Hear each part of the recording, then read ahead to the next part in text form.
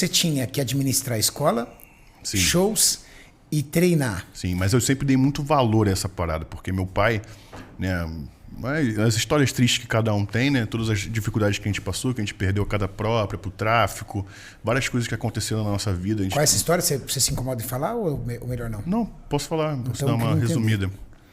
Quando eu era muito novinho, a gente morava numa favela chamada Tavares Bastos. Você morava na favela? É. Numa comunidade Uma mesmo? comunidade, lá no topo. Qual o nome do lugar? Tavares Bastos. Que hoje em dia até gravam muitas novelas lá. Tá. É pacificada hoje. Hoje sim. Hoje tem um centro de treinamento do BOPE lá em cima. Cacete, mas na época. Na época não. Era quente o Na negócio. época, na verdade, era residencial. O tráfico começou a tomar conta por um outro lado do morro e foi subindo e tomou conta ali em cima. Na época não tinha nada, não era pacificado.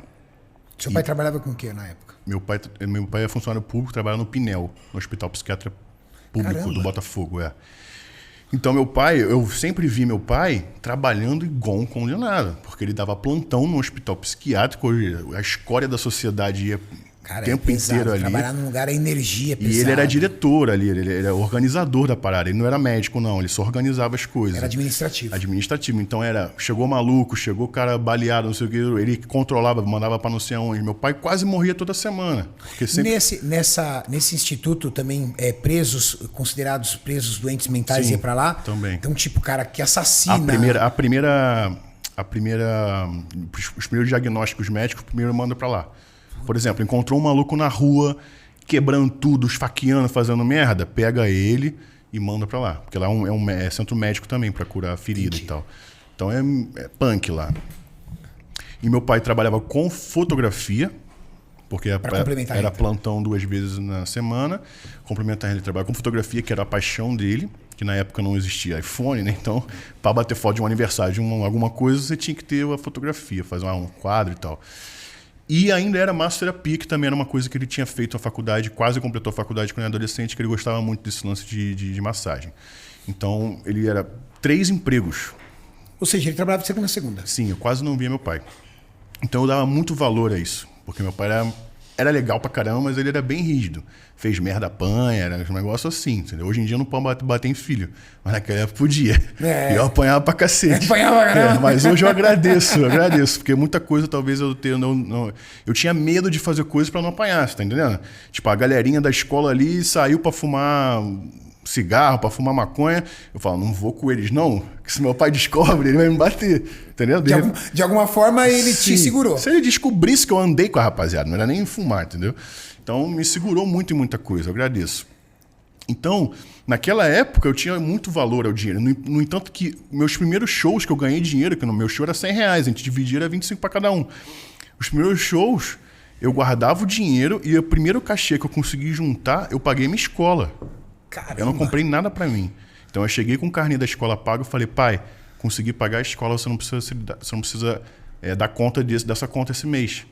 Do tamanho da preocupação que você Sim. tinha em relação ao quanto seu pai trabalhava. Sim. E o que aconteceu na sua casa com relação a você dizer que você perdeu a sua casa pro tráfico? Então, a gente era um pouquinho antes disso, de eu me tornar cantor, a gente morava nessa favela chamada Tavares Bastos e o tráfico foi crescendo, tomou uma proporção muito grande. E a nossa casa era uma das casas que era umas residências muito antigas lá, umas construções antigas. Então ela não era uma casa boa, mas era uma casa razoavelmente grande para o local. Então, como era no morro, o terreno é íngreme, tinha um porão grande. Tá. Em determinado momento, quando o tráfico cresceu muito, meu pai começou a reparar algumas coisas estranhas no terreno de casa. E teve um dia que ele reparou muita bagunça, muito barulho, ele desceu. Meu pai, na época, andava armado, ele estava querendo fazer alguma coisa para entrar para a polícia e tal. Graças a Deus não entrou. Ele colecionava armas, me ensinava a atirar desde criança. E aí ele percebeu isso, foi armado lá fora no nosso terreno, encontrou no porão alguns traficantes e um estoque gigantesco de arma e cocaína e maconha na nossa casa. Os caras estavam usando a sua casa para esconder droga e arma. Porque a nossa casa era numa esquina, então ali era um recuo rápido e se desse batida de polícia, ninguém ia procurar nas casas residenciais que moram pessoas há muitos anos. Procurava mais lá onde eles estavam. Então era um ponto estratégico do tráfico esconder as coisas. Meu pai, como era morador, conhecia todo mundo ali, já nasceu ali, ele conversou com os caras, né? Lógico, não foi uma conversa tão calma, mas conversou, não agrediu, não fez nada, e pediu para os caras se retirar, explicou, pô, aqui é uma casa de família, aqui a gente mora há muitos anos, e papapá.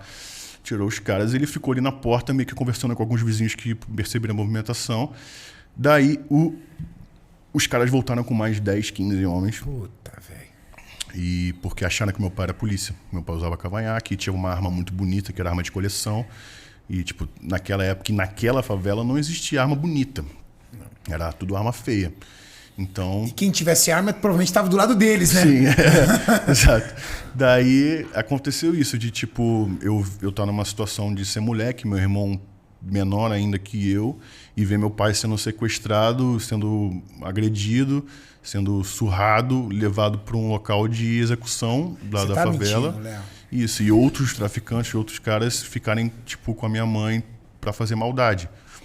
Meu Deus. Então eu me senti naquela situação, ver meu pai sendo arrastado e gritando, cuida da tua mãe, e meu irmão chorando. Deus do céu, cara.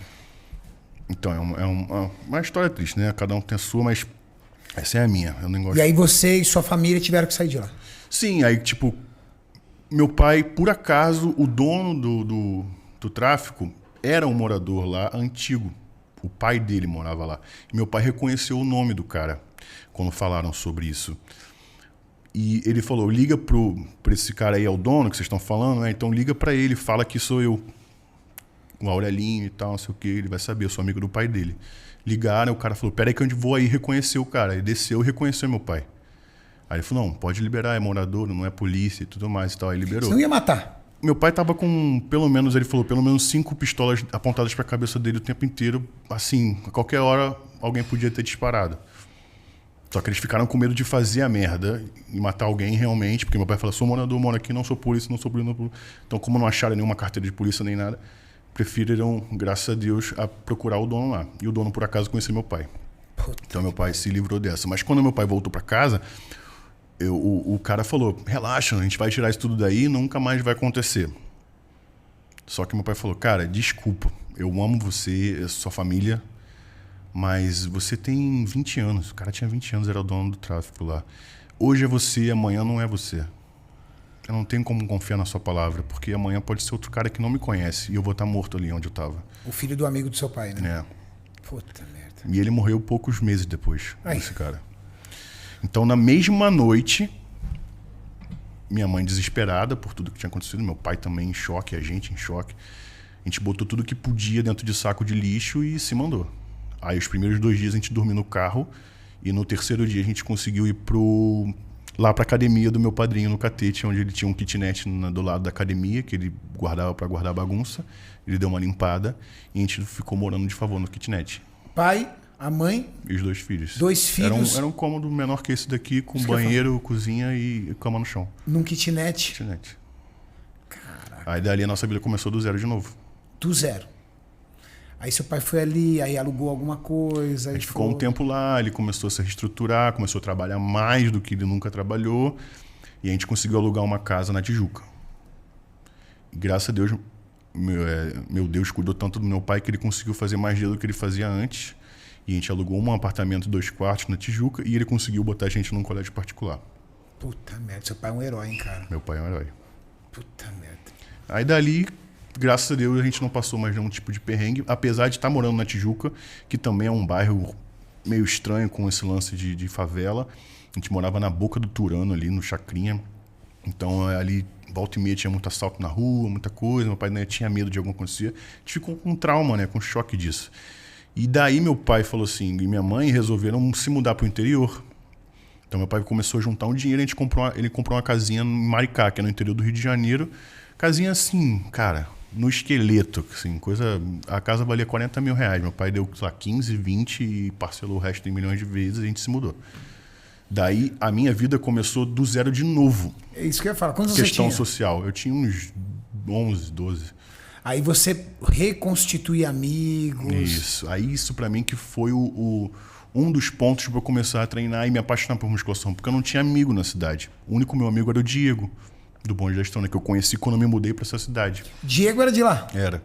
Ele morava em Copacabana E tinha ido morar nessa cidade também há 1 ou 2 anos, fugindo da violência também. Também? Isso. E onde você conheceu o Diego?